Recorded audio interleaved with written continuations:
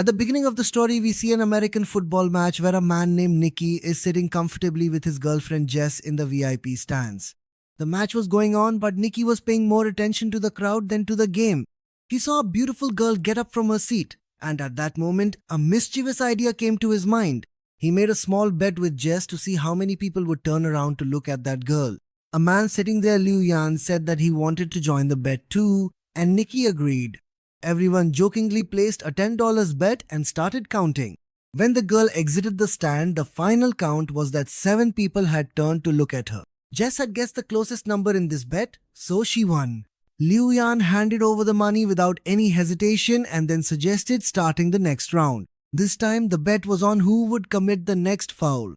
Jess bowed out, saying she had no knowledge of this game. But Nicky jumped into the bet and wagered $1,000. As soon as the whistle blew, the referee signaled a foul, and the team Nicky had bet on turned out to be correct. He won the bet and pocketed the money. Leon became even more excited. Despite losing the bet, he said, "This time, let's bet $5,000. This time, the question was whether they would pass the ball or run with it. Nicky was a bit hesitant to bet $5,000, but eventually he agreed. Leon guessed that they would run, and Nicky said they would pass. But as soon as the whistle blew, the player actually took off running with the ball. Because of that, Nicky lost $5,000. Now Nicky decided that it was okay, he had lost $5,000. So be it, let's stop now, and he asked Jess to go have coffee with him. But Leon insisted. He said, "You're sitting in the VIP lounge, you have money, what does $5,000 even mean to you? Play one more round, this time for $10,000, and eventually Nicky agreed. And now the question was whether this player would be able to make the next pass successfully or not. Nicky predicted that yes, he would make the pass, but the other team intercepted it halfway. Now Nicky had lost $15,000. Nicky looked a bit troubled as he took out the money. He thought for a moment and said, "Alright, this time let's bet $50,000. Hearing this, Jess was shocked. But Nicky looked angry. At this moment, luck was not on his side. He lost the next bet again, after which he had to pay another $50,000.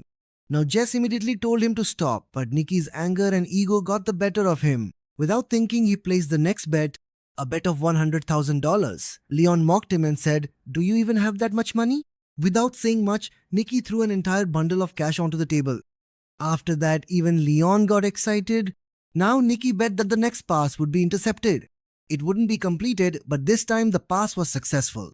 Nicky had now lost hundreds of thousands of dollars. Now he couldn't figure out how to get out of this mess because of his actions.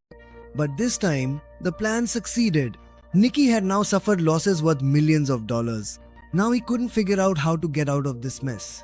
Jess was also very surprised by his actions, but now the game had reached a whole new, much tougher level. Nicky said that he had $1 million left. Let's bet it all and see who wins.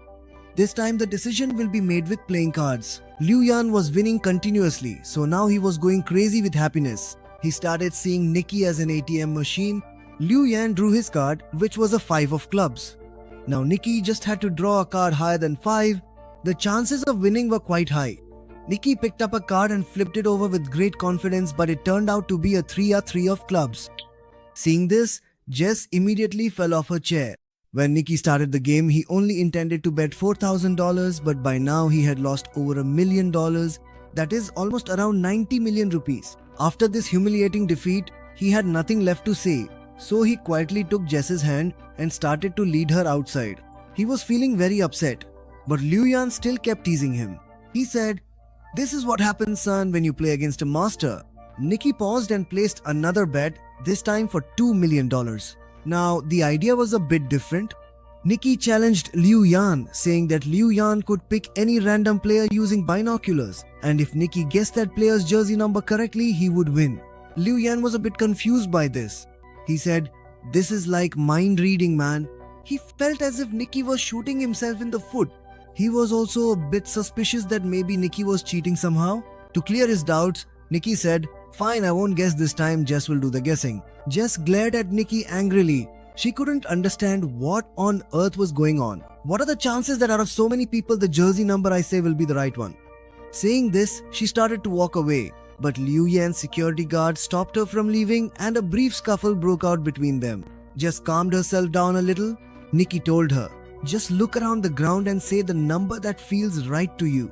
Liu Yan picked up the binoculars and chose a player, after which Jess took the binoculars and scanned the entire field. All she could see everywhere were jersey numbers. How was she supposed to guess? Just then, her eyes fell on a familiar face and she remembered what Nicky had said. Pick the number that feels like your own.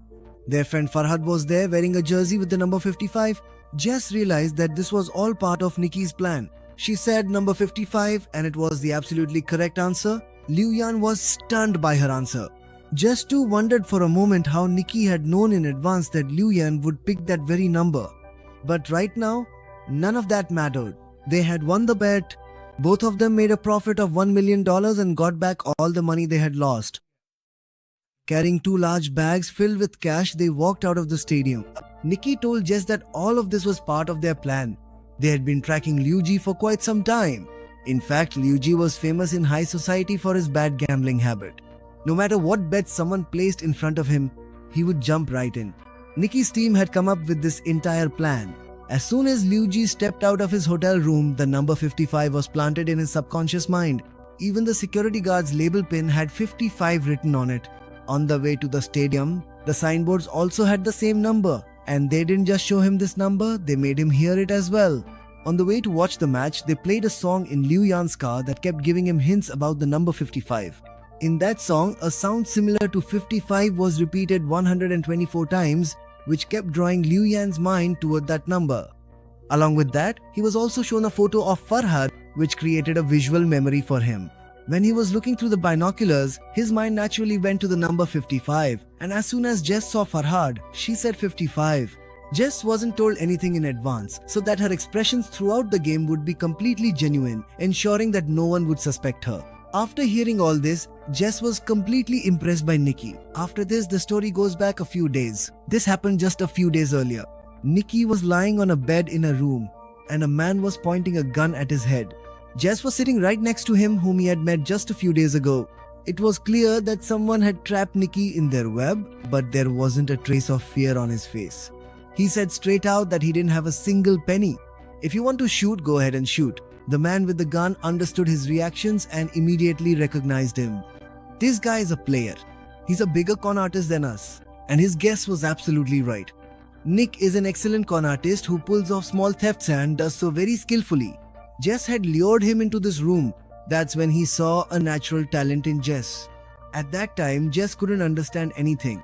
Anyway, when the man with the gun left, Nicky told Jess that she had a gift, and if she honed her ability to con people, she could live comfortably for the rest of her life. Nicky said that this is our family business. My father, his father, they were all con artists. He's a con artist by heritage. Every trick, every move was a game to him. Without wasting any time, Jess took out some money and said that she wanted to learn from him. Nicky also didn't think it was necessary to waste any time. Even while leaving, Nicky stole a ring from Jess, and she didn't even notice.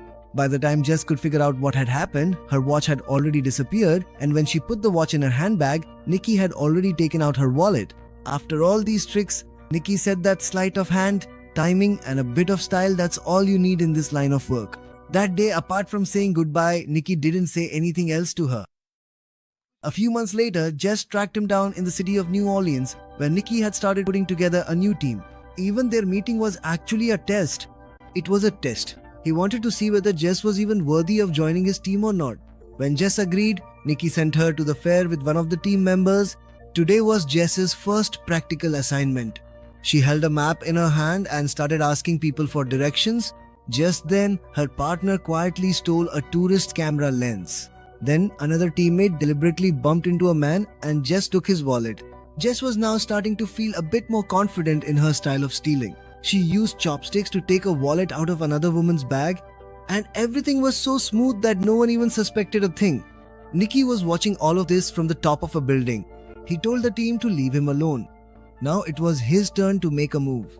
Jess started stealing expensive items one after another, and with each theft, Nicky's respect for her grew. Now Nicky sent her on another big assignment. This time it was a high-tech fraud. With the help of special lenses, they could see other people's cards and then easily defeat their opponents. There was also a system in place here for stealing credit cards. The card would be stolen and secretly passed on to a teammate. Here, a device would copy its data and then the card would be slipped back into the same person's pocket. By the time anyone realized, the entire account would be emptied. There was another scam as well, a fake ATM machine. Whenever someone withdrew money from the ATM, the machine would automatically store their PIN. Farhad would quietly remove that machine and take all the data with him. All the credit cards were sorted into different categories, used to buy luxury items, and finally, their data was sold on the black market. One day, Jess saw a beautiful necklace and put it on, but Nicky told her to take it off immediately. She firmly explained that everything had to be sold. Nothing should be personal for us. Jess was witnessing a scam of this scale for the first time. Standing amidst a mountain of stolen goods was a completely different feeling. The next day, Jess and Farhad were wandering around a wealthy neighborhood. Their job was to put on an act. Farhad pretended to faint and Jess started acting by screaming, "Please, someone help us, please." It was a kind of distraction, which the rest of the team used to steal belongings from the wealthy people nearby, and then the whole team escaped by hiding in an ambulance. Everything was planned so well that no one understood what had happened. That night they all celebrated together.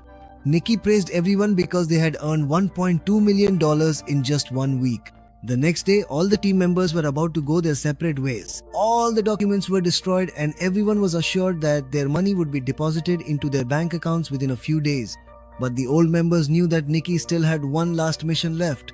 They gave him $1.2 million in cash and warned Jess in front of everyone not to blow it all on gambling. The next morning, Nicky took Jess to the VIP lounge at the stadium. He put on a whole show in front of Jess and demonstrated how someone could, "With this, we can earn millions of dollars in just a few minutes." By that time, Jess had started to fall a little bit in love with Nicky. She began to feel that she was Nicky's girlfriend, which is why he was showing her all this. But from the very beginning, Nicky had only included her in his group for the sake of the con. When everything was over, Nicky gave her $80,000 in cash and finally said goodbye. Jess looked at him.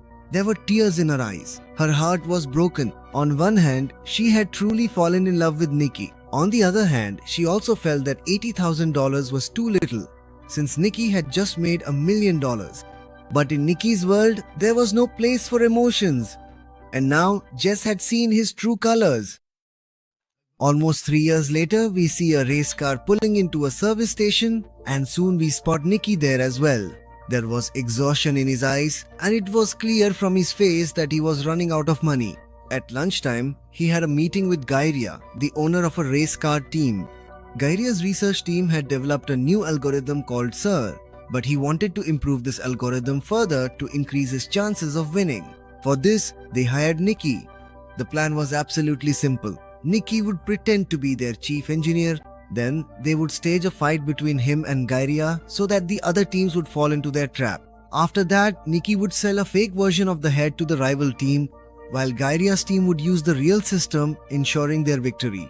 According to the deal, Nicky was supposed to get 1 million euros for this job, and whatever he earned from selling the fake system would also be his. Nicky thought of this job as a joke. Such a simple scam, he could pull it off even in his sleep. But Gairia's butler didn't trust him at all.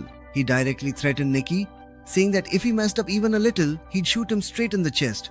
Nicky put on a tuxedo and headed out in the evening to attend a party. Their plan was to stage a fight in the middle of the crowd.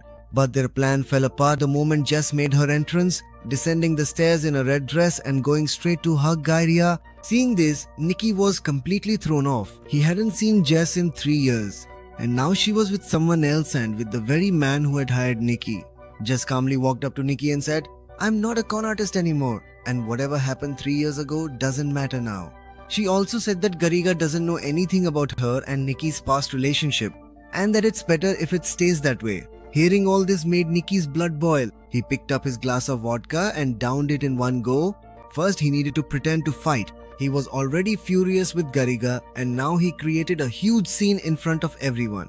The rival racing team loved this drama. Soon security threw him out of the party, but now he had the rival team's business card in his hand. The next morning, Nicky met with the McLaren team owner. He spoke plainly, saying it would cost 3 million euros. "I want to sell the EXR system." The race car owner had no shortage of money, so there was no need to negotiate. They immediately tested it on the track, and seeing the results, the owner's face lit up. Nicky assured them that the complete software would be delivered within 48 hours. Meanwhile, Jess met Farhad on the street. Farhad had been sent by Nicky. He told Jess that it was necessary for Nicky to leave 3 years ago. They had no other choice. He said that Nicky still loves Jess. Farhad gave Jess a box, inside which was the same necklace that Jess had liked. There was no guarantee whether it was real or fake. But that didn't matter. Seeing that necklace melted Jess's heart. Jess said that she couldn't trust Nicky, but her eyes told a different story. She still felt something for him. Anyway, soon the day of the deal arrived and Nicky handed the software over to the owner of the McLaren team. In return, a burly man handed him 3 million euros. But Nicky's nature was such that he never did anything without taking risks. He secretly sold a copy of the software to every racing team. With every handshake came new euros. Every time he shook hands, he pocketed millions. Until the race began, no one realized that everyone had the same system. That night, instead of running away, Nicky messaged Jess. If she arrived in time, the two of them could escape together. Nicky waited, but no one came.